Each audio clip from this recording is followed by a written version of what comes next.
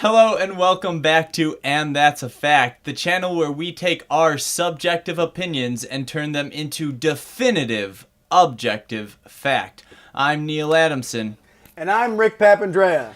And if you've been watching our channel, you know that we are currently in the middle of a comic book bracket that we've been doing and voting. We are on a bit, I wouldn't say a hiatus, but we're trying to... No, I think we just wanted more people to vote. We realized that if we cut it off after a week like we originally planned, like only, I don't know how many people voted because I'm not paying attention to that, but we wanted more. We wanted people to have more time. We were having a lot of fun, and we were sending it to our families, and they're like, oh, well, when can we vote? And we're like, well, it's supposed to be done already. And they were like, oh. I'm like, I sent this to you 4 days ago, but looking at some of you. But so we decided to extend the limit. So this is not what this video is. We're not doing another one of those. I know words. Yeah, say stuff for me now, Neil. And we've also mentioned the idea that we will get into doing just like normal episodes on this channel where we'll kind of go over news and talk about stuff going on in the film industry and things like that. But yeah. And isn't there so much of that right now? Oh, yes, there is. But just based on this weekend, Rick and I are huge Star Wars fans, and based on this weekend, if you cannot tell by our attire, with Solo's release, we figured, why not just do a review, get that up, and see kind of what you guys think of our thoughts, and actually also for us to have a chance to talk about this because. Right. Rick actually literally just got out of the theater. Yeah, I mean, I walked out of the theater, had a quick wee, and drove home, and now we're doing this. So we have not gotten a chance to talk about it yet. And normally when a Star Wars movie comes out, we spend, what would you say, 3 hours on the phone every day for the whole week or so? Yeah. Something like that? Yeah, or at least like a good 6 hours the first day. Over 1 day, yeah. Yeah. And then just 20-minute catch-ups after that. Here's what I've been thinking about. Yeah. Yeah. So this is because we're basically just recording what would otherwise be a phone call. And what's nice about this is we're going to edit out all of our girlish giggles, so we seem like regular, mature adults. Maybe. Well, we are making a YouTube video about Star Wars. Yeah. So we're gonna try to keep this. We're going to keep this spoiler free for the first 5 minutes for those of you. We're gonna talk about the non-spoiler parts first. Maybe it will be five minutes, and then we will give a big fat warning when we start getting into spoiler territory. So right now, no spoilers. Just like vague thoughts. Essentially, we've each seen it once. Neil, when did you see it? I saw it on Thursday night. The so it's been Thursday several days. Previews. You've had a lot more time to process your thoughts. Do you want to start, or do you want me to go into like my immediate Why don't you, since you're right out of the theater, why don't you? Sure. It's super fresh. Like I said, have had no time to process these at all. So I'm going to take us back a couple of years when they first said a Solo movie was coming out. Han Solo he was my first favorite character in Star Wars, and even today he is tied for my first favorite character in Star Wars, the other being Obi-Wan Kenobi. So when they announced this movie, I was like, okay, cool. I'm going to be real hesitant about how excited I get, but cool. And then I kind of, like, they cast this, I don't know who the guy that played Solo is. Alden Ehrenreich. Yeah, him. They cast him, and I was like, I guess I could see it. I don't know. And I just wasn't super excited. And then there was all the director problems that I continued to not be super excited. And then, like, the trailer started coming out, and I was like, okay, that's good. The one thing that I was really excited about that I was absolutely sure was awesome was Donald Glover, or Childish Gambino, as Lando. I was like, that is pitch perfect. It's going to be awesome. That was what I was excited about. I knew I was going to see the movie, if only because of him. And then some of the first trailers came out like 4 months ago or 3 months ago or whatever it was. And I was like, okay, I could get behind this. So, like, I didn't rush to the theater this weekend. As you can see, it's Sunday night. I also had some stuff I had to do first, and I didn't let myself see the movie until, like, it was a treat. But I didn't rush out to the theater. So I kind of went in with low expectations, not sure what to expect. Positive that I would enjoy it, but I didn't let myself get too hyped up. But I loved it. Like I went, and maybe it was because I went in with low expectations. Maybe it's because there's just Han Solo is part of me. Like I modeled personality traits after Han Solo. Like that arrogant to the point of being an asshole, but just nice, like just lovable enough that he has a couple of friends. That was my goal for years, and that's not a good goal.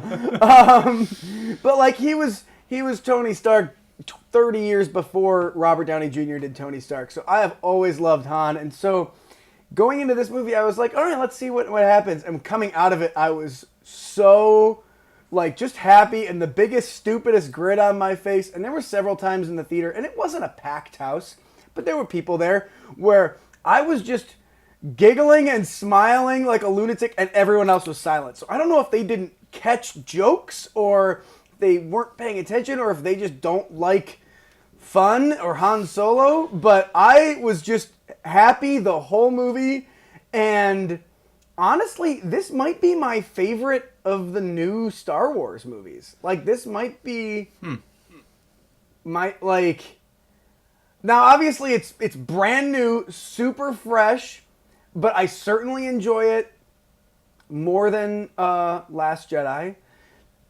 And then I really liked Rogue One, but I think I like this more. And the same with Force Awakens. I mean, there's just something about that archetype of hero, that sort of cocksure, swashbuckling hero. And we've talked about this on this channel before. That is, I just love. And yeah, I was absolutely on board the whole ride, and I loved it. Like, yeah, and I think we can get into this a little bit more when we go into spoilers, but I do feel like there was, I do feel like they did a pretty decent job of capturing, I feel like what they wanted us to get, like what they wanted to get across about who that character was and who that character is and why he is who he is. I feel like I totally got that. Me too. I think the one of and this movie to me, just to, well, okay, so I guess I'll go into my whole thing first, and then yeah, we'll no spoilers, but yeah. So I also I am not as big of a Han Solo fan as Rick is. I was always a Luke Skywalker fan. And, you know... Well, you have blonde hair and I have brown hair. It just makes sense. But when they announced this film, I was very much like, I don't want to see this. Like, this is not what I'm looking for. I was concerned. I would much rather have, you know... And even, like, the Boba Fett bounty hunter story that was floating around, and now, obviously, now it's a thing, but... Even that, I was like, I'd rather see that than a young Han Solo film. But I am always much more interested in the Force aspect of Star Wars. And so yes, he is. Believe me, the lectures I've heard. So I very much wanted to get our Kenobi film, which we still haven't heard announced. And it's crazy that we've heard so many upcoming Star Wars projects announced, and that one hasn't been, despite the fact that apparently production is underway at Pinewood. Like, Ewan McGregor has been seen sporting the Kenobi beard. He's said that he wants. Like, I don't know what we're waiting for. I don't know, but I will say, because of that, I was not very excited for this film. And then we start hearing all of the problems that are going on set, you know, behind the scenes. You know, first of all, we're hearing about Lord and Miller trying to make it like Ace Ventura. Like, they're trying to make this an Ace Ventura type of film, which I was like, I don't know what that even could mean. And then like a month or two later, after that first initial report of that, then they get fired. And then we hear... I mean, if they try to make an Ace Ventura movie out of Star Wars, kind of makes sense. Yeah, well, but then we hear about, it wasn't necessarily, we hear reports that it wasn't necessarily their fault, that they had to bring an acting coach in because Aaron Reich just was not good, and we're hearing all of these terrible things surrounding the production. They bring Ron Howard in to try to basically remake this entire film. They recast certain roles. Apparently, Who did they recast? Dryden Voss. Like, that was a totally different character. Oh, interesting. Yeah, so I did not know that.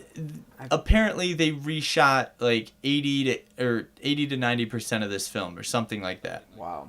And then in addition to that, as if all that's not enough, then you have the marketing campaign that was plagiarized essentially. Oh, yeah. And it was just like everything about this production was spelling doom and not good.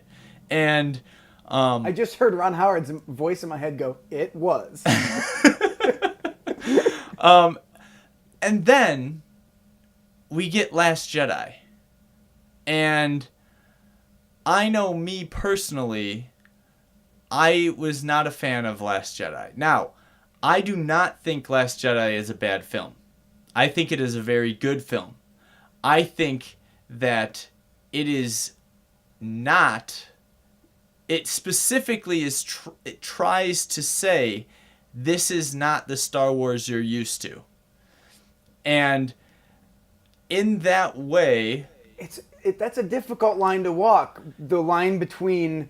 Well, because... and we're going to talk about this a lot. Like, we're going to talk about this a lot during this review, but you go into the theater with a Star Wars film with certain expectations. And when those expectations are not met, when something goes a different route and it's not the route that you were looking for, it's not your taste, then you're not going to enjoy what you're watching. And that's really what happened with me with Last Jedi.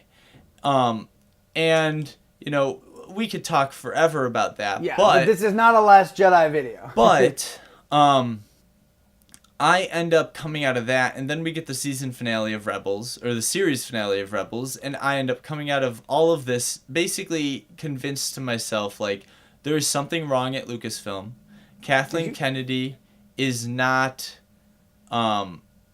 doing what needs to be done creatively. There's no creative vision.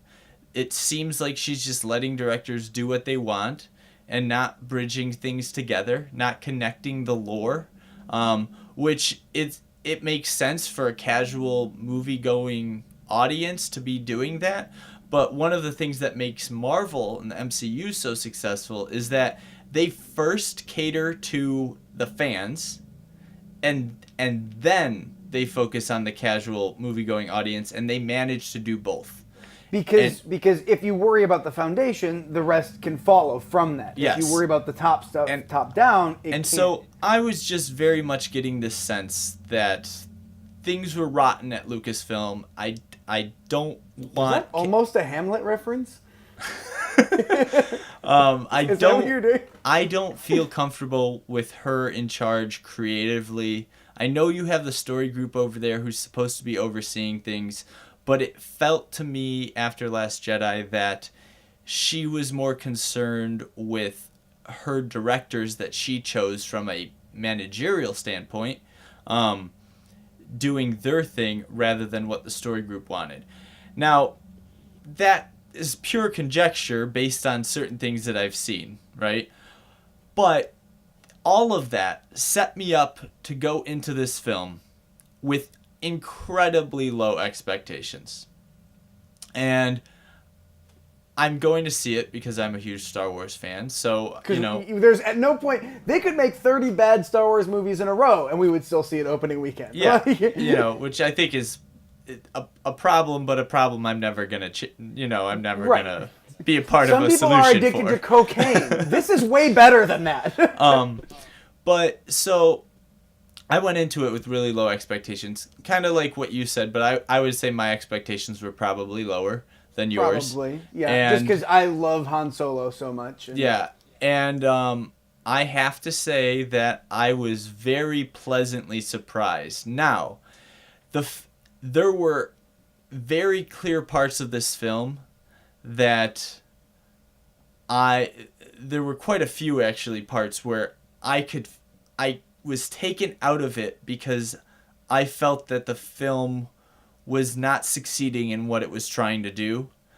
And I, in that sense, saw flaws in this film. So to me, this is a very flawed film. However, Interesting. because my expectations were so low, I was expecting the flaws, and I was able to look past them and just look at the overall fun that was going on screen. Right. And by the end of the whole film, there were certain things that happened throughout that basically, as they built on one another, it was one of those types of situations where all of those things led to me leaving the theater much happier than I would have expected. Yeah. I was grinning from ear to ear. They gave me a free poster thing because I saw it in IMAX, and I was like, yeah, I'll take one of those. So going back to what I was saying about Ehrenreich, one of my biggest... Wait, hold on. Are we going to get into spoilers now? Not yet. Okay. Still no spoilers. But one of my biggest concerns was when I was seeing the trailers, and I tried not to watch any of the TV spots, but yeah, I when just I was watched, seeing, I think, the first and second trailer, too. When I was seeing the trailers, I was not convinced with Ehrenreich. I thought that the cinematography looked... like, there's that shot in the trailer of him facing down the person with the mask on in the sand, and he, like, clicks open his gun, just like you see him do in A New Hope. And I was like, that's a cool shot. I like that shot, but it could still be terrible. Like, just because the cinematography is cool... Yeah, just because it's visually cool doesn't mean anything. Yeah, the trailers were very visually exciting, but I did not get the sense that this was Han Solo from Ehrenreich. And, me either. And some of the things, like especially that line in the trailer, like I have a good feeling about this type of thing, right? Right. Which was trying to be a play on the whole I have a bad feeling about this, and it was trying to be tongue in cheek and silly, and I did not find it silly at all. It was also, trying to be a play on the whole, everything's fine here, we're all fine, how are you, and... I didn't think it was playing on that. I think it was playing on, I've got a bad feeling about this, which I think... Well, I think Star Wars has done a disservice to that line by trying to put it in every movie. It doesn't need to be in every movie. Use it sparingly. Well, but they usually always use it, they always use it properly or correctly. That's true. So I don't really have a problem with that, but I did kind of take a little bit of issue with their attempts at humor that to me in the trailers weren't landing, and a character that didn't, a portrayal of a character that didn't seem to be fitting.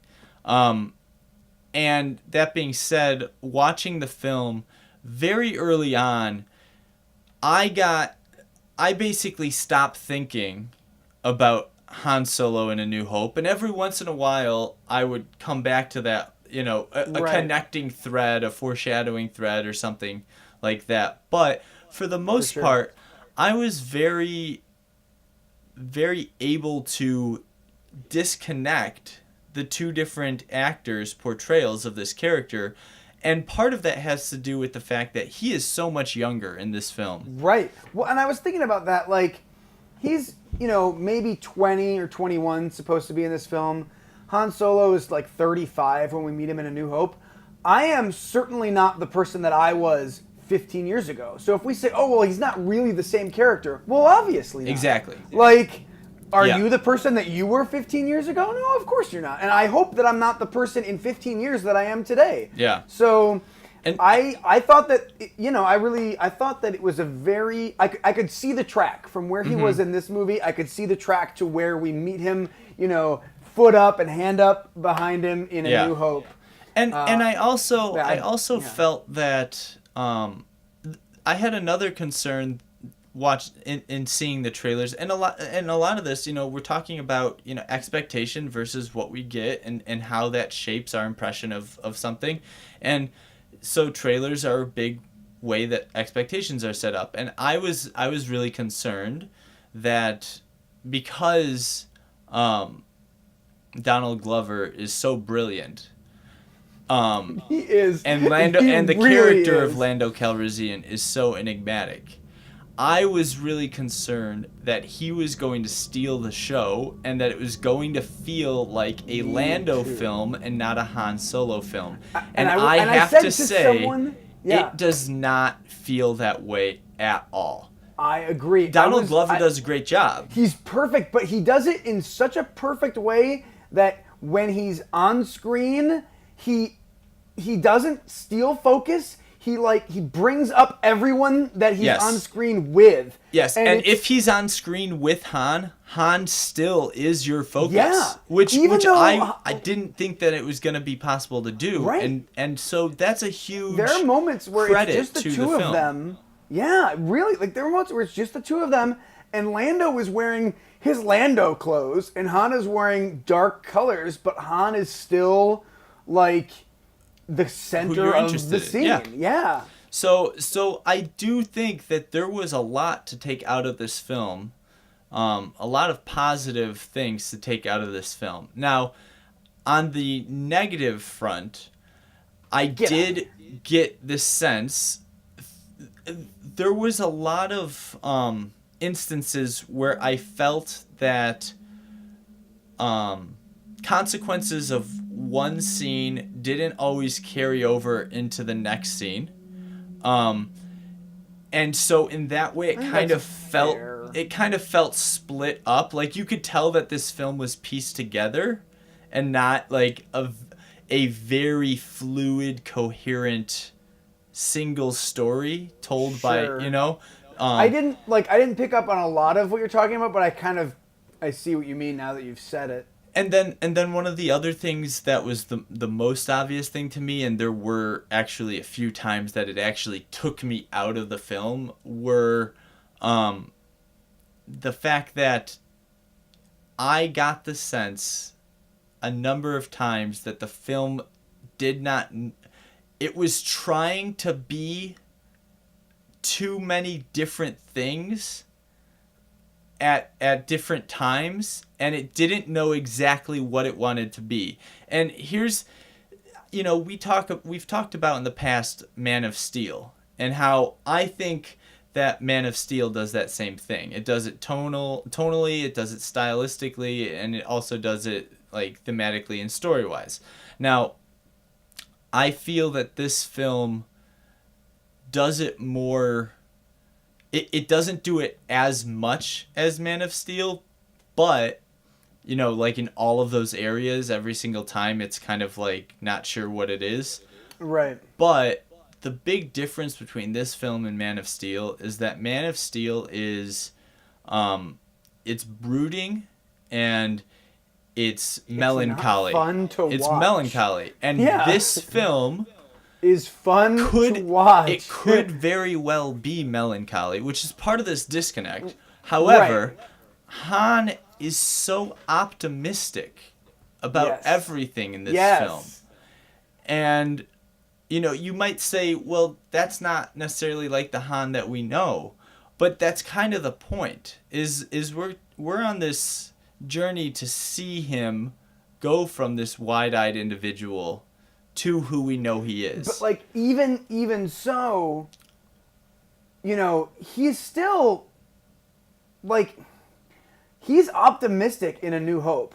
You know, Yes, he's yes, like- absolutely. He's It like, oh shines yeah, through. I owe thousands of dollars to the most dangerous gangster, and here I am hanging out at a bar, Well, and just 30 minutes from his house, and just like, and just his whole devil may care attitude in general is It's like, we're gonna get out of this. Why? Because we always do. Yeah. That's optimism. Yeah. Like whether or not he's like So, this kind of it's anti-hero, more jaded. he's optimistic, It's more jaded, which is fine. Yeah, but But- he is yeah. way up. He's So- hugely optimistic. So that in and of itself, the amount of like eagerness that the character shows, as opposed to the reluctance that Clark Kent shows in Man of Steel, that makes me able to completely forgive the moments where the film falls on its face. So do you want to talk about those moments? Should we get into spoiler territory? Yes, let's right. dive into spoilers. Spoiler warning. You've got 3 seconds to pause this video and go see Solo. Well, 3 seconds to pause it. It can stay paused. But 2 seconds now. Okay, we're going to talk about spoilers in 1 second. You can talk about spoilers now. They've been warned. Okay, so first, I don't know if I want to start with the specifics of the stuff that I was just discussing. Do you want me to start? Or if I want to just scream Maul. Maul! The first thing I texted Neil when the credits started to roll, MAUL 30 exclamation marks. So this is where I got. I want to talk about you for a second.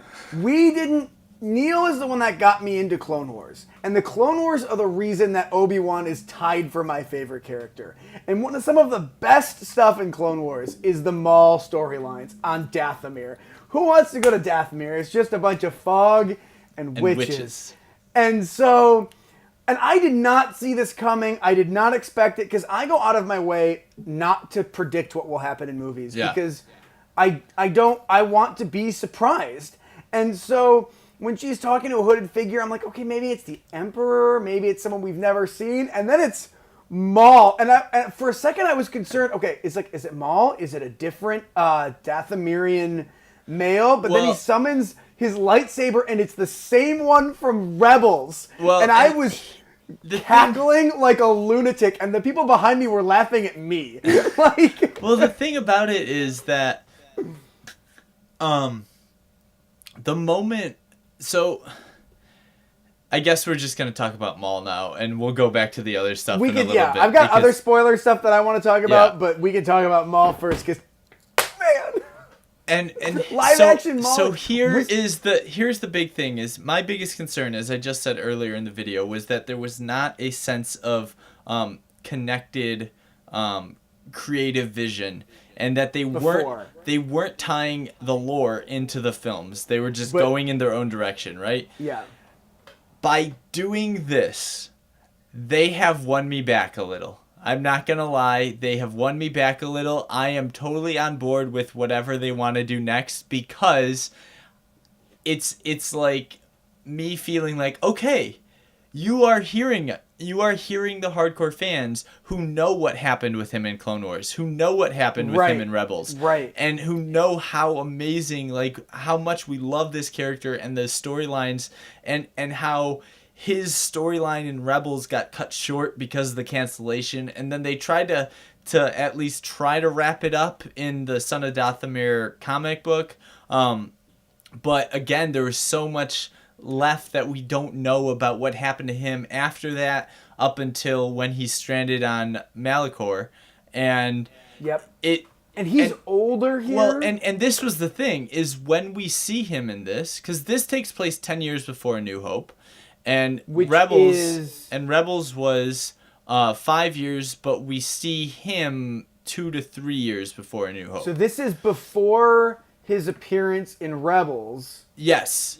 But after the Clone Wars. And this was the thing that gave it, the moment that we saw the hologram, I had a moment of questioning who it was. I thought it was a random character. But the moment we heard Sam Witwer's voice. I was going to say, that was Sam Witwer. That wasn't Ray Park. Yeah. I knew it. I was listening to him. I'm like, that is...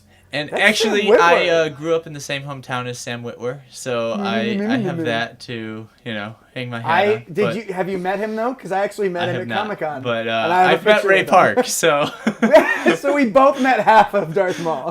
The moment we heard Sam Witwer's voice, I was like, is that actually Maul? And then we see his face. He takes off the cloak and he ignites the lightsaber, and his face looks older like it does in Rebels.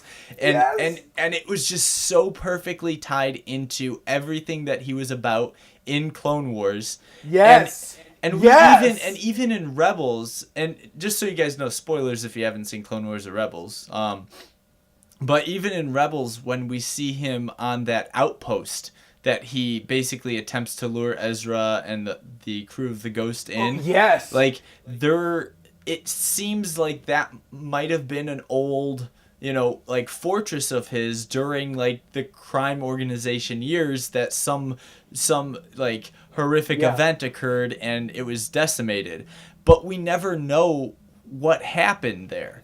And Yeah. so the fact that they are teasing filling in that gap not live action with movies? live action is I know. so What are the incredibly chances exciting. we get? What are the chances we get a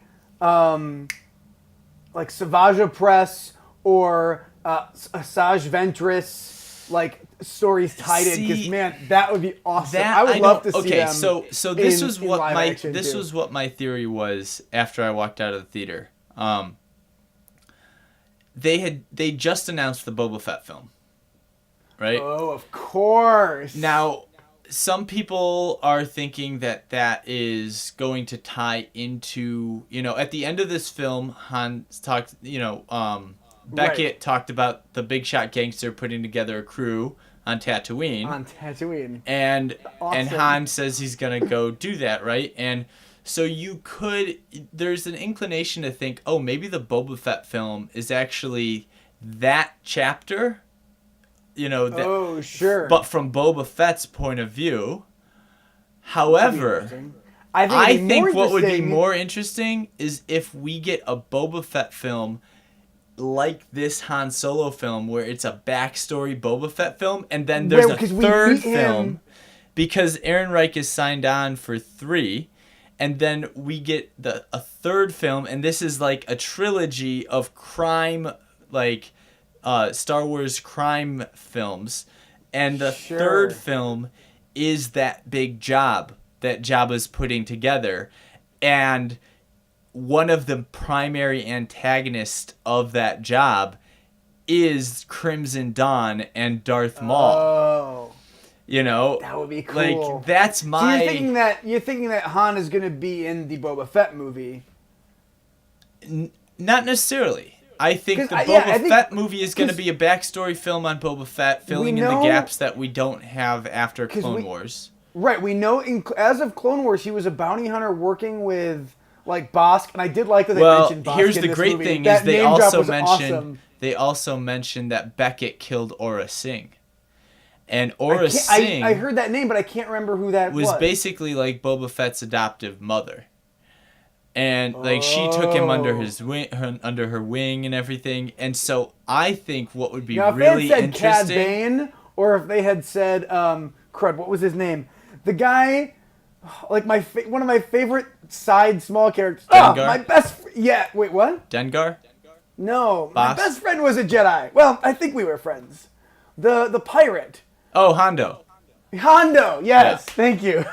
So my thought is that they're setting this up to tell the backstory of Boba Fett and Aura Singh and Beckett, and we see Woody Harrelson's character kill that Aura would be Singh cool. to establish how much Boba Fett hates Beckett, and then the third film is bringing Han Solo, who's essentially the adopted son of Beckett, Right.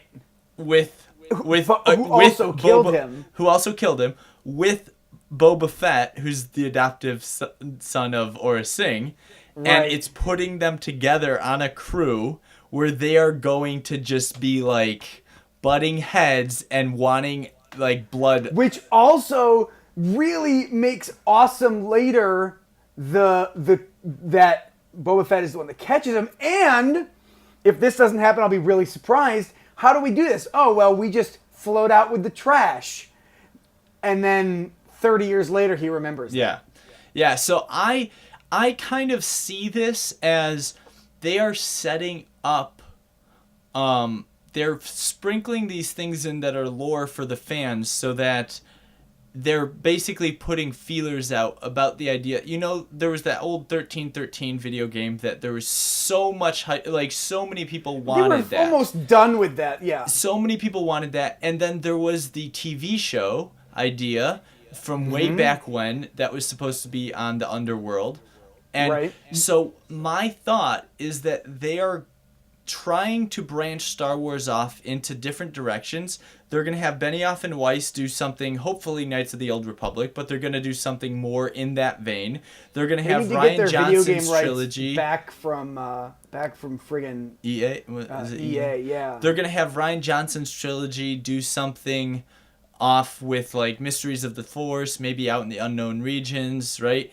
Then they're going to let this trilogy be more crime based, or maybe that's what Favreau's show ends up being, and maybe these things tie into the show, you know. So there's so many possibilities now that are on the horizon that weren't before this film. Right, and I like that we're seeing more of the galaxy too. Yes, like outside of the Skywalkers. I love the Skywalkers, but like slowly it's branching out is proof good. that we don't need to be following the Skywalkers to be interested in the stories, right? And Rebels and Clone Wars showed us that. I mean, Clone Wars was following a Skywalker, yeah, but kind of. I mean, there were plenty of episodes where he was not in it at all, or a side character. Yeah, although maybe. Well, either way, it was the best portrayal of Anakin Skywalker. That's to be sure. Well, absolutely, and yeah, I'm not saying but he wasn't the focus. The focus were the Clone Wars. It was an ensemble. It was an ensemble cast. But so I left this movie feeling so excited for the possibilities. Can we talk? But we also have to say that we have to be careful again about expectations. Right. Sorry, are you done? Let me know when you're done, because there are some things that I want to talk about. Okay, so I want to just briefly touch on expectations really quick, and then we can go into that. I was watching another review that was talking about how they hated the twist at the end of Beckett being, the one who turned on him, who betrayed him, right? They hated that because they said it was so predictable, and here's the thing. But he wasn't the only one who turned on him. Everyone abandons. Yes, but the main one that turned on him in that moment, right? So here's the thing. This film, the entire purpose is basically trying to take this wide-eyed kid who's just completely optimistic, cocky, and teach him some life lessons, some hard life lessons. And throughout the film, Beckett says people are predictable, and he even says someone is going to betray you, and he says you're not paying attention, and Han's like, no, I was paying attention, right? So the whole point is we're supposed to be going on this journey with Han, so we should be predicting that Beckett's going to betray him. You know what I mean? So the fact that the film goes that route, that reviewer was saying that it makes it a flawed film because it was so predictable, and good films aren't predictable like that. But when the film's intention is to be predictable in that way, and it succeeds, then it's not a flaw. You may have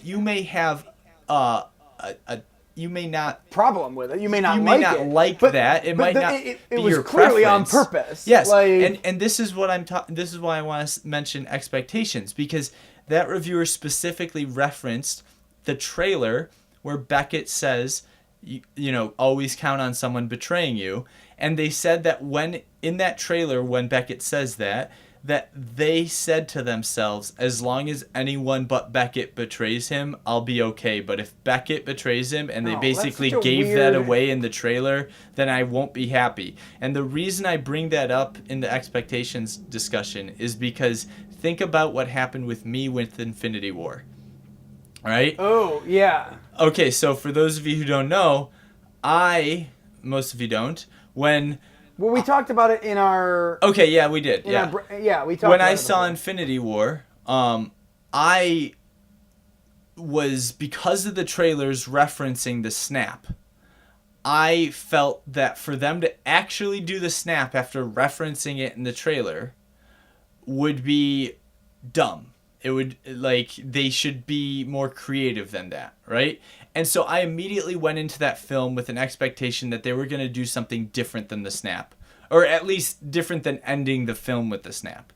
And when that happened, I was upset. Okay, and in time since, I've come to be much more okay with everything. Right. And part of that is me acknowledging that I went into it with an expectation that I didn't realize I had, and that hurt my experience a little. And Which to is me, why I try to never have expectations. but it's so hard to do that. And to me, that reviewer is Did the not same thing. actually saying, they're not pointing out a flaw in the film. They're actually pointing out something the film did properly, but Right, they're pointing a out flaw. something that they had an expectation for and it didn't meet, and they're categorizing that as a flaw in the film. And so I wanted to mention that, because I think that informs a lot of our impressions of films, and it's important going into this film understanding that too. Right. So, All right. Well, I mean, since I didn't have expectations, I want to talk about what I really liked and what really made it for me. Basically, it was a lot of little, small moments. Like, overall, it was good, I thought. It was a pretty simple plot. It was a heist movie. The heist goes wrong. They gotta fix the heist. That's pretty straightforward. I like that. A simple plot is fine. But this movie, I think it really was more than the sum of its parts, because of a lot of these little moments that they sprinkled in that just like line up with things that we've seen later. And like the dice is a little one, but we've seen that now in like, they're hanging. I think you can see them in A New Hope, but really we see them featured in Last Jedi. That's a little one. But the ones I'm more thinking of are stuff like in Empire. For whatever reason, Billy D. Williams said Han. Everyone else in the whole series said Han, and he said Han. well, and the way that they addressed that too, like so, that yes. it wasn't a mistake, that it was like he was doing it intentionally as a way Right. to be like I'm That's I'm gonna you're knock stepping you on my down. point. That's exactly where I'm going. So the little thing that I liked was that they set it up in this movie 40 years later and make it, it's not an accident at all. It wasn't Billy D. Williams screwing up on set. He's needling Han at the Sebak table. Yeah. It makes perfect sense. It's awesome. Stuff like, he's the card up the sleeve, and later it comes back around and he wins fair and square. I loved, and I don't know how they did this, but it was exactly right. When Han notices the Sebak card up his sleeve, and he like goes from threatening him to like pulling him in for an aggressive hug, it was exactly the same as the way that they do it in Empire when they Yeah. see each other. Like, startlingly similar from the angle of the shot to the way that like they move in. He moves in and grabs him. It was perfect. And the thing is, these little homages, they didn't feel like Easter eggs for the sake of fan service. Right. They were informed by the characters. Yes, it was like, this is like, we're seeing it now 40 years later and 10 years earlier, and it feels totally natural. Stuff like how, the Falcon gets beat up. I noticed, when Beckett is shooting his gun, it's a different gun. Later they have a quad gun on it. I wonder, that's interesting. And then boom, the gun, they lose the gun. And it's just like little things like that. Us finally seeing the captain's quarters and seeing a closet full of capes was awesome. Lando, when I forget her name, but Kira? yes, Kira puts out the fire with Lando's cloak. He's like, that's a custom piece. Just to me, this movie is more than the sum of its parts because of these awesome little character moments throughout the. When did you learn how to fly a ship? Oh, you're 190. You look really good. Yeah. Or, to me, the biggest one that made me just giggle like a little child in the movie theater is when Chewie starts flying the ship and Kira is like, "You sit down. You should be sitting here." And he sits down, and it's Han and Chewie in the captain and co-pilot seats for the first time, and like that classic John Williams score comes in, and it's the score. Like that's the Star Wars score, and it comes in full volume in the horns, and just I lost it. Like I was just having the time of my life. I was 10 years old in the theater watching Chewie and Han have adventures. And like this, if you told me at 10 years old that this movie would exist, like this is the only movie I've ever wanted to see since then. And I just didn't realize it. Like that moment, along with all those other moments peppered throughout, just like, you know, the way that Han and Lando have kind of their own language. And they both like, okay, I know what you're doing, or you're going to betray us now. Like, it's all part of this circular game that they're playing. We see that with, oh, you know, you run up and you just toss the gun, catches out of the air, and we're both shooting. Like, absolutely on the same page. Stuff like that where they don't even need to talk about it. It's just there. You know, we see the smugglers' compartments. We didn't need to do that. It was easy. We could have skipped over that, but like they included that. It's stuff like that that I loved. Just these little moments along the way, and I think a lot of people would say some of that stuff is fan service, but I felt that it was not forced, and right. I think fan service has the negative connotation, and even if it was kind of like intentionally put in and not there naturally, it didn't detract in any way for me. Yeah, I agree. I wouldn't call it fan service just because I think of that as putting this thing above the story. If they hadn't found a place to fit that hug in naturally and then just did it anyway, that would have been weird. Like, okay, well, why? But like, you know, having it fit in that way, I really like. Just it felt very natural. Yeah. You know, having Han click his holster open before he needs to draw. Well, and that was which leads to a great moment right at the end. That was the other great ending, other than the mall thing, was whole Han shoots first, and he learns it in this moment. Well, and it's so great too that Beckett is about to say, like, he's about to say, I'm going to teach you one more lesson. But he doesn't always need to shoot learn first. it. But he never says it, and Han never says, I already know, you know, know to do that. Just, like, it just happens, and you know that that's what the lesson was. Yes. And from there on, you know, Han shoots first. Han shoots first. It's going to make it so much harder to go back and watch my New Hope Blu-ray because of reasons. Although the Blu-ray is better than the special edition. The special edition DVD, when it was first released, well, when the movie came out theatrically, it was very clear. Greedo shot, then Han shot. Oh, yeah. In the Blu-ray, it's more at the same time. They shoot at the same time. So... Still not great. And Greedo just manages to be a terrible shot from 3 feet away. Also, Han has some Force-sensitive level reflexes for that one moment. And so I also... like, I liked all the other characters a lot. The new characters I thought worked really well. L3, I thought was interesting. I like that, you know, like Cracked has talked about this a lot back before it was bought out by whoever owns it now, about how like droids are basically slaves in the Star Wars universe. So I thought that this was interesting. I really want to see a version of Les Mis with L3 as like Elsa around. Like I couldn't not see her waving a red flag during the giant like mass escape. Yeah, so I really liked L3, and I know some people, you know, people are on either side of the fence with her. But for me, I thought she was a lot of fun. You know, it wasn't just... We saw such a new take on, like, that droid servant with K2SO.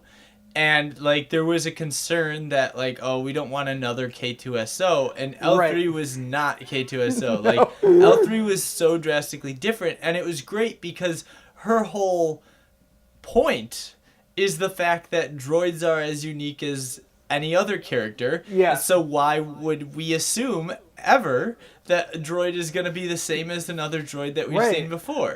And I liked so much that her death was given weight. I almost was like, oh, spoilers, but we're well into the spoilers part.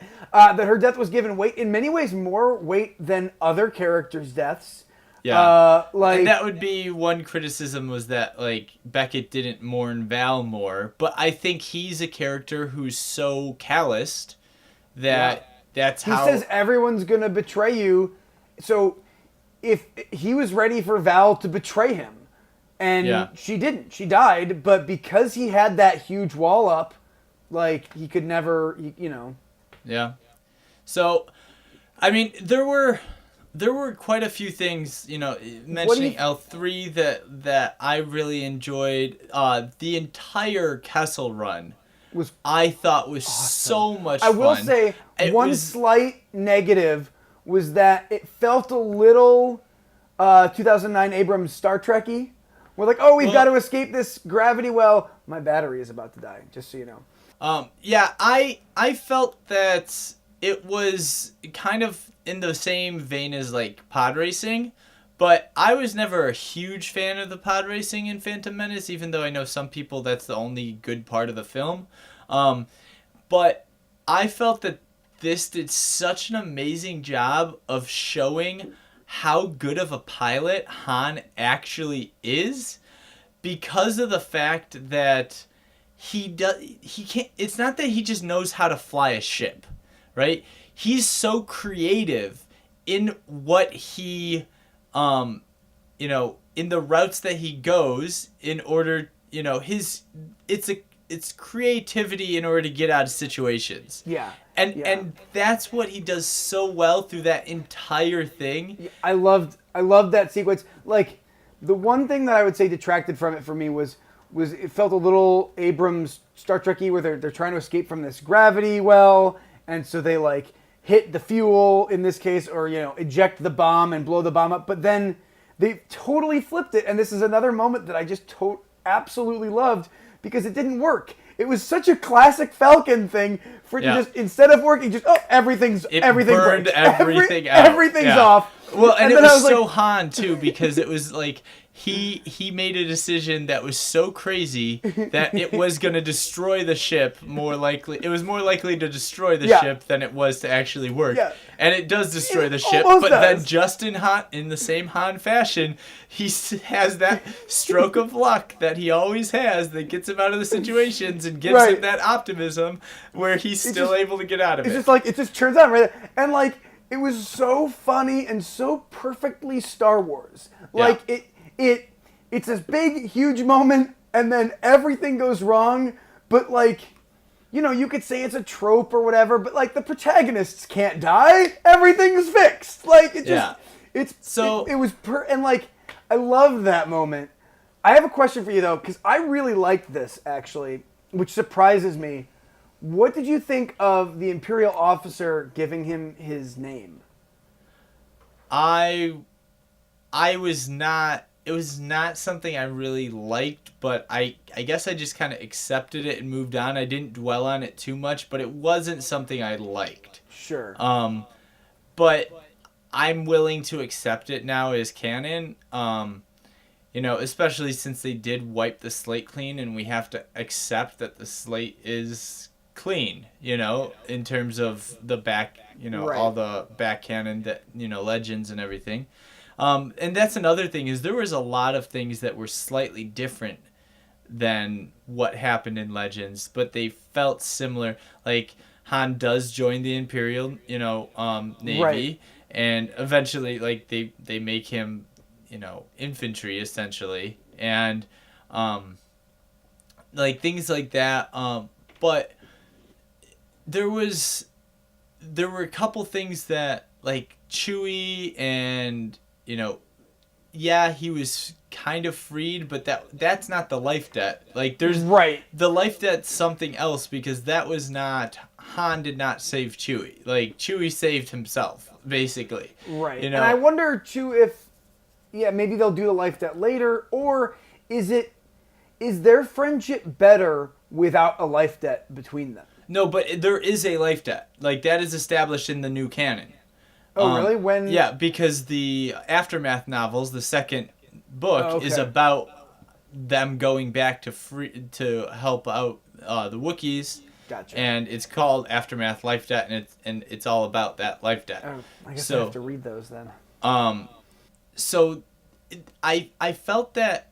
So I thought that Lando was going to steal the show, and I thought Chewie was going to steal the show. And they both neither of them did. No. And part of me is a little sad that they I didn't. thought of but another at the moment that I same really liked. time, I was very happy that our lead character was the lead character. character. Yeah. The last moment that I really liked, I just remembered, and I'm going to interrupt you, I apologize, is Lando saying, "I hate you," and Han saying, "I know."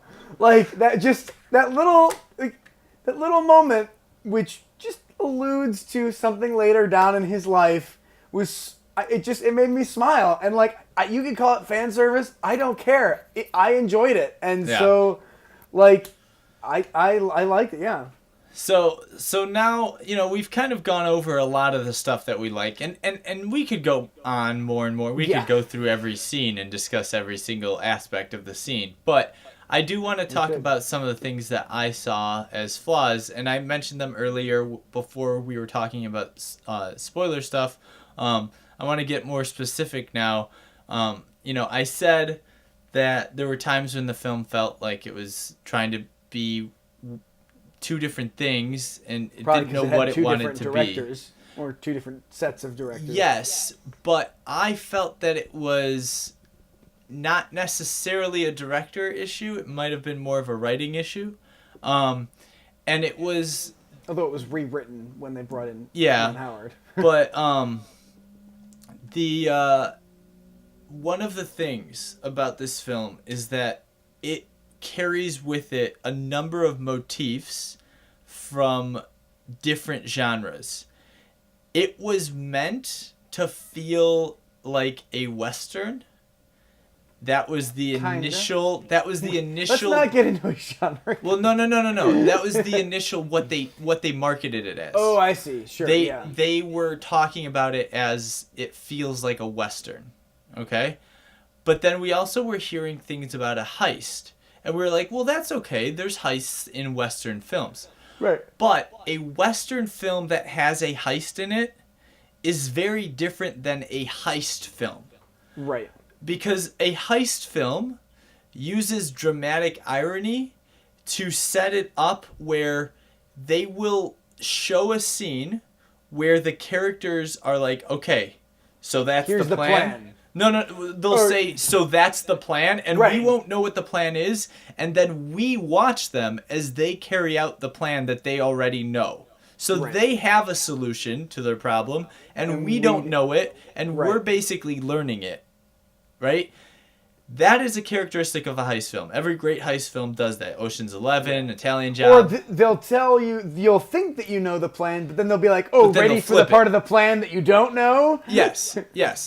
Now, this didn't really do that.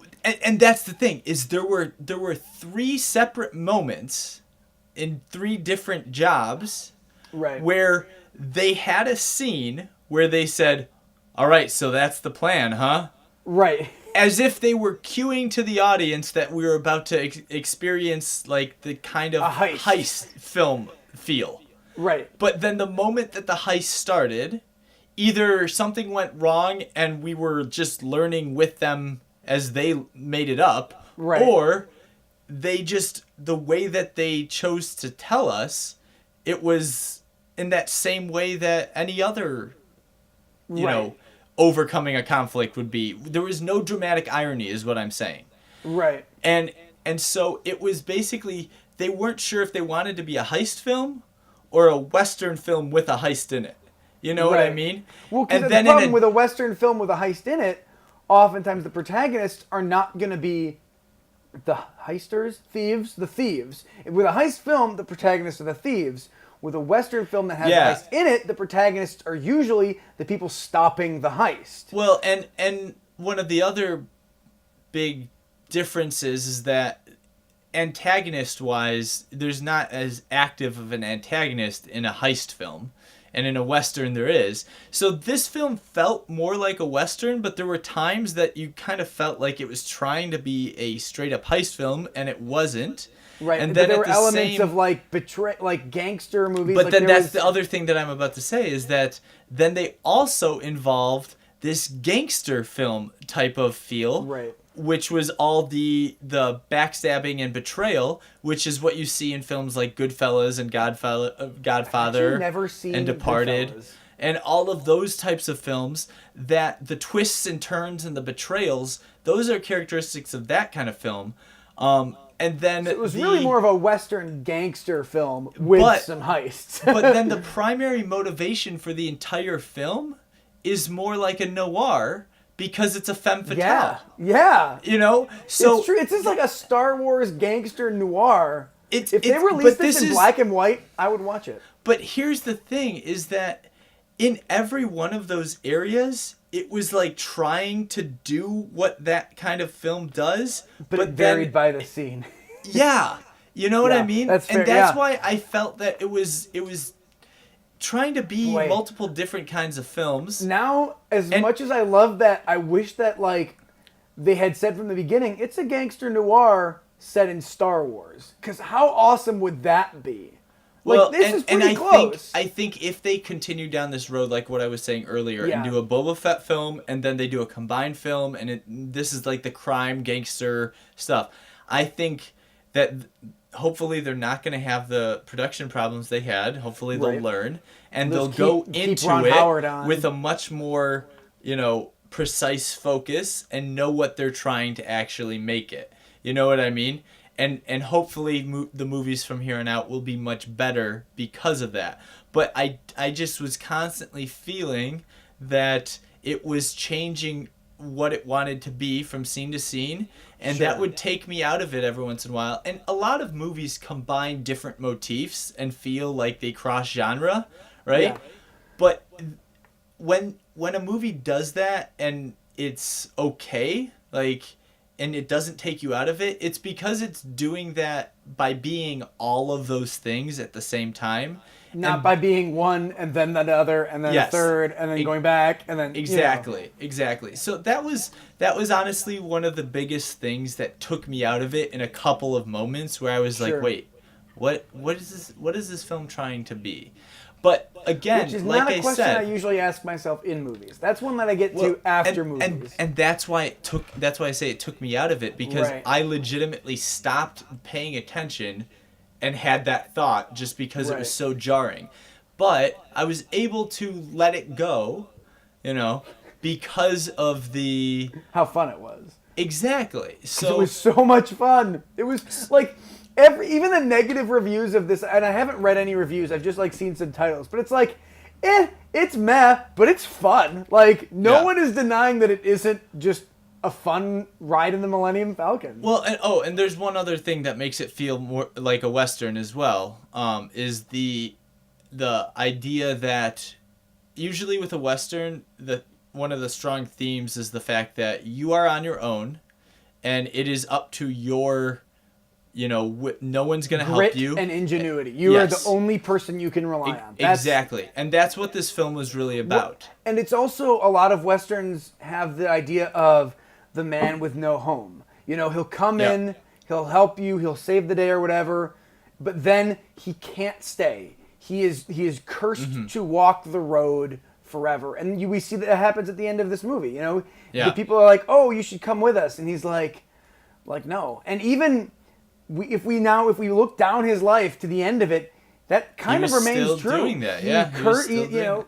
Like, he tried to with settle only down for a Chewbacca- period of time, Chewbacca, yeah. and he wasn't, it didn't happen. So, I think I think that this film Han is a pretty good example of a Western hero. archetype, of a hero Western archetype. Yeah. Yeah. So, there's so many things that I took as positives, and then the negatives that I had, the things that I saw negatively, I could tell were a result of the production problems and not necessarily the initial creative vision. You know what I Right. mean? Right. And so I have a lot of faith based on the seeds that they planted and the connections to the lore. Like I said, I didn't have that faith before.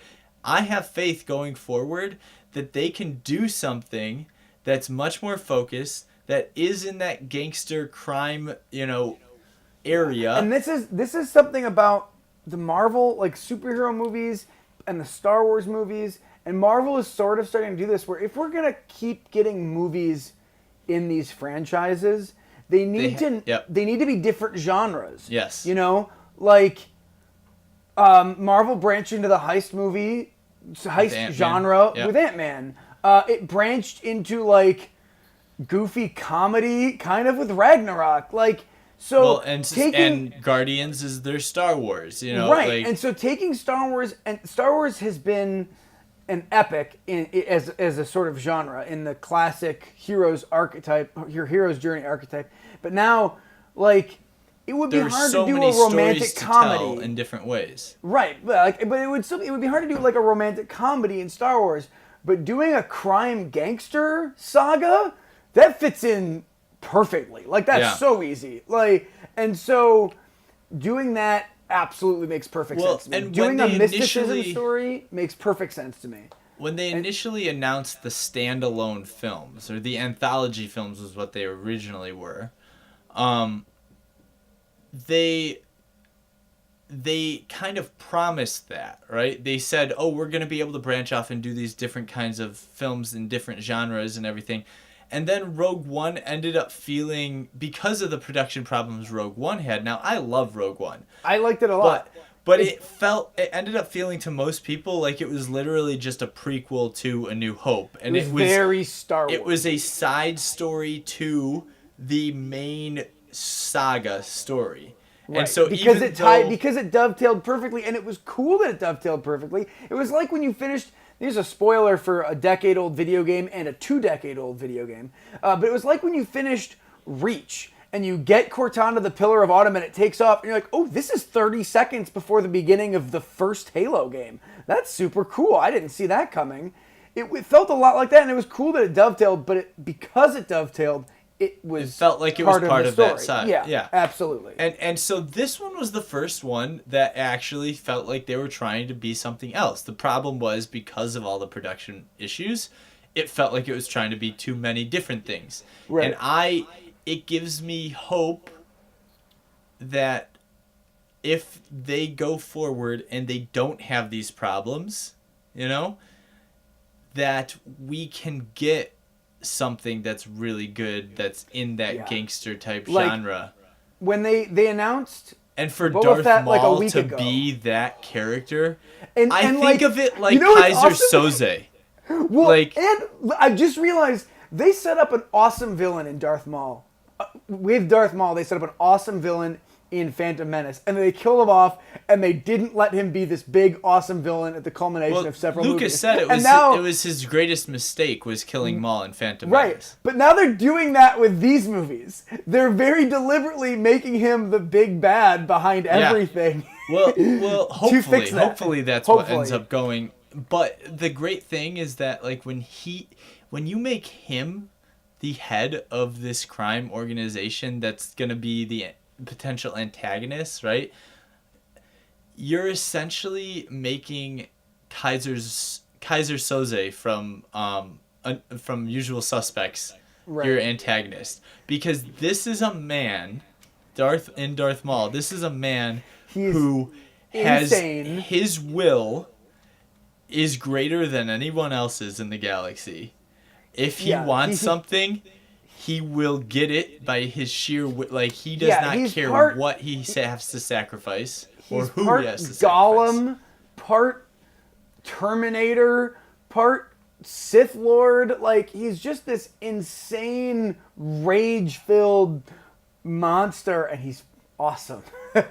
and him running a crime organization is one of the coolest ideas that they could have ever come up with. Yes, and I'm so excited to see what they do with it. So, I really hope that that's what we get. I really hope that they go that route. Now, I wasn't like when I they don't announced know Boba what's Fett, gonna happen. I wasn't though. excited, but now I am. Like, I was too, but I also got immediately worried after being excited, because I predicted, when I still had really low expectations for this film before I saw it, I predicted about a month ago, and I'm pretty sure I told you this. You probably did, but that doesn't mean I remember. I predicted that we were going over all the Rotten Tomato scores for the different Star Wars films. And I said that I think this will be the first, not the first film, but I think this will be the first of the newer films to score under 75%, and that it will be in the same realm as the prequels, because Revenge of the Sith is a 79. Right. Everything else is higher except for Attack of the Clones and Phantom Menace. Right. And sure enough, this ended up getting a 70% on Rotten Tomatoes. Really? That Yes. surprises me. And then I had predicted at the same time that I said that about Rotten Tomato scores, I had said that this could be the first Star Wars film that opens under 100 million. And when I said that, it was like blasphemy. No one expected it to open under 100. Yeah, I would have guessed people like were 120. saying 110, 120 Yeah. were conservative estimates. And then they came out with projections a couple weeks before it came out, saying that the projections were showing 130 to 150. And more specifically 150. And I did not believe them. But everybody started saying that these are what the projections are. This is, and a lot of times these projections aren't right, but when they aren't right, they're usually too low, not too high. Because studios usually try to be conservative in their projections. Right. And so I did not understand how those projections could be based on everything that I had known and the potential fan backlash from The Last Jedi that could be factored in, and people were saying, well, it looks like that they're really, with Last Jedi, there was all this talk about that group that didn't like the film is actually a lot smaller than people think. They're just very vocal. Sure. And I never believed that, because every Star Wars fan I know had problems with The Last Jedi, like significant problems. There were significant problems with the film, not just Star Wars problems, but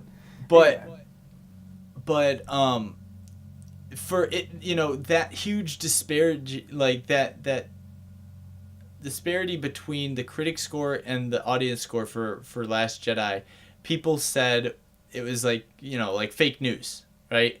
That it wasn't real, that was just a small group of people. Okay, where are you going with this?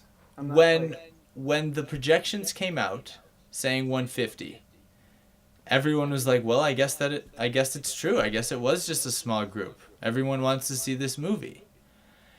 And now, I thought I was insane for thinking it would be under 100 when that happened. Its 3-day total was 83. Which is projected 3-day total, but it's estimate. Yeah, I mean, it's right now it's Sunday night, but it's pretty much a done know deal. By tomorrow at noon or so. But it did not break 100. That's crazy low. I think that it will gain steam. There's nothing major coming out. I don't know. You look at the scores. It got an A- cinema score, which I think that word of mouth is gonna help it. I think that. I don't know if next week. I hope so, because I don't want that to be something that causes Lucasfilm to put the brakes on what they were potentially setting up here. Right. Because I think even though the film had flaws, what they're possibly setting up with this film. Yeah. And initially, I would have never said this last week that, I want this film to be a springboard into more Han Solo type movies. Right. Like, I did not want that at all. But with how they were setting it up and the kinds of things they were teasing, I very much want that. And I don't want the negative Rotten Tomatoes and the negative box office. My guess is if it does 83 this weekend, I'm guessing it'll do about the same next weekend. Like, I don't think it'll grow very much, but I think it'll be pretty steady and not have a significant drop off. I would say that's Maybe that's a huge expectation, because almost everything drops at least 50%. I know. I think that this is the kind of thing where people are like, oh, we don't need to see it. I think everyone's still gonna see it, but there wasn't a big push for everyone to see it immediately. Like everyone that saw Last Jedi and stuff, everybody that made Force Awakens get $247 million in 3 days. Not all of them are still going to see it, but most of them are still going to see it. I just don't think there was a big draw for them to feel. I don't think there was a big need for people to see it immediately.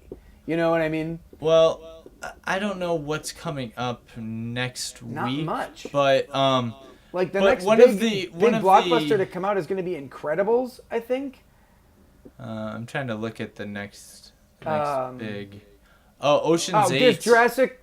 That's not good. That's a Jurassic World is coming out.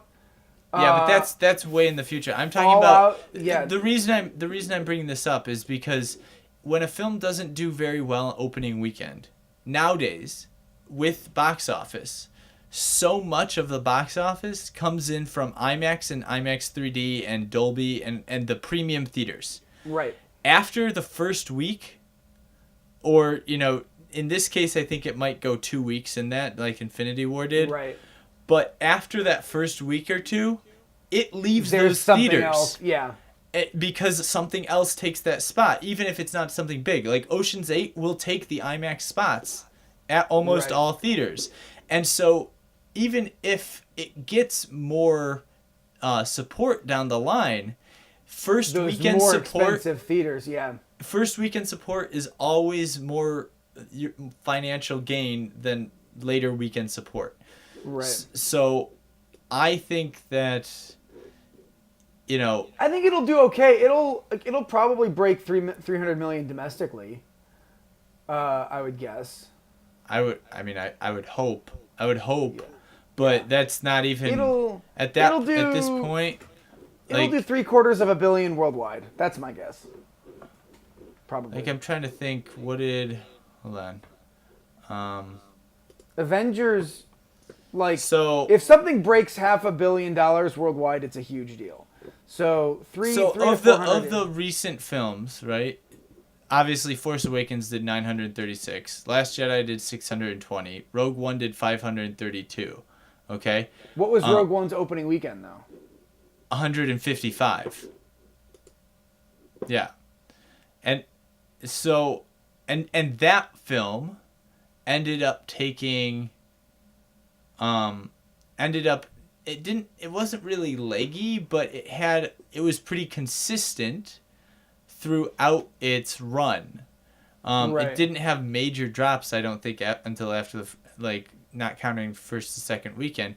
And so this film, you're going to see a drop from first to second weekend, and I honestly would not be surprised if it didn't break 300 domestically, especially when you consider that globally it's so it tanked globally even worse than domestically. Did it really? Oh yeah. So I don't know.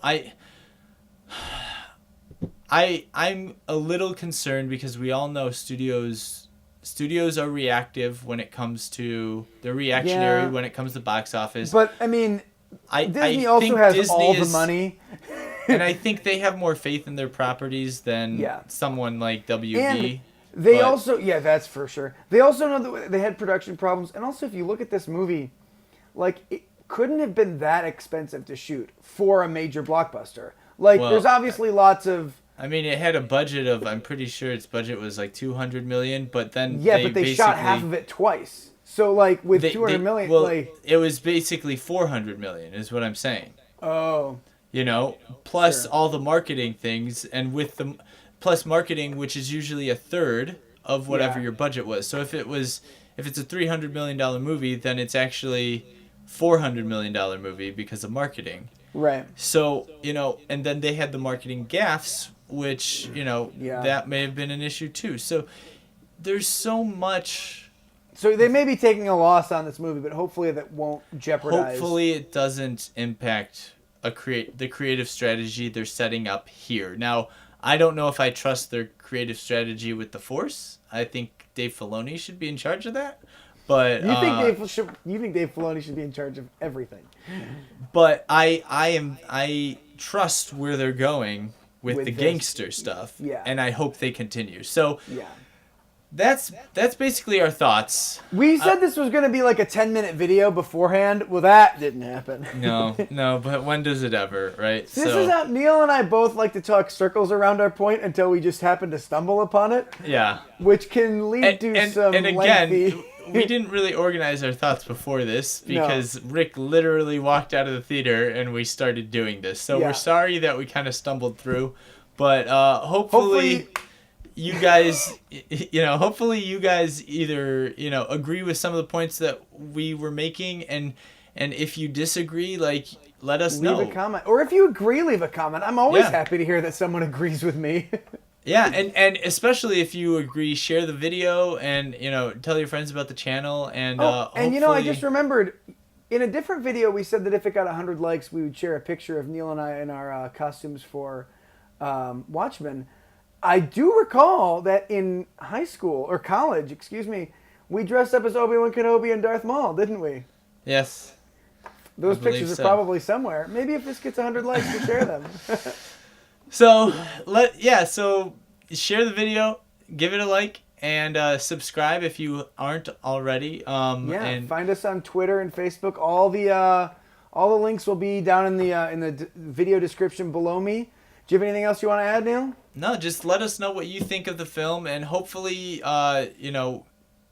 there's enough people out there who enjoyed it as much as we did, and this will cause them to go a route that seems to be very exciting. Yeah. So. But it seems like we agree in that Solo is a surprising and enjoyable adventure. Yeah. And that's a fact.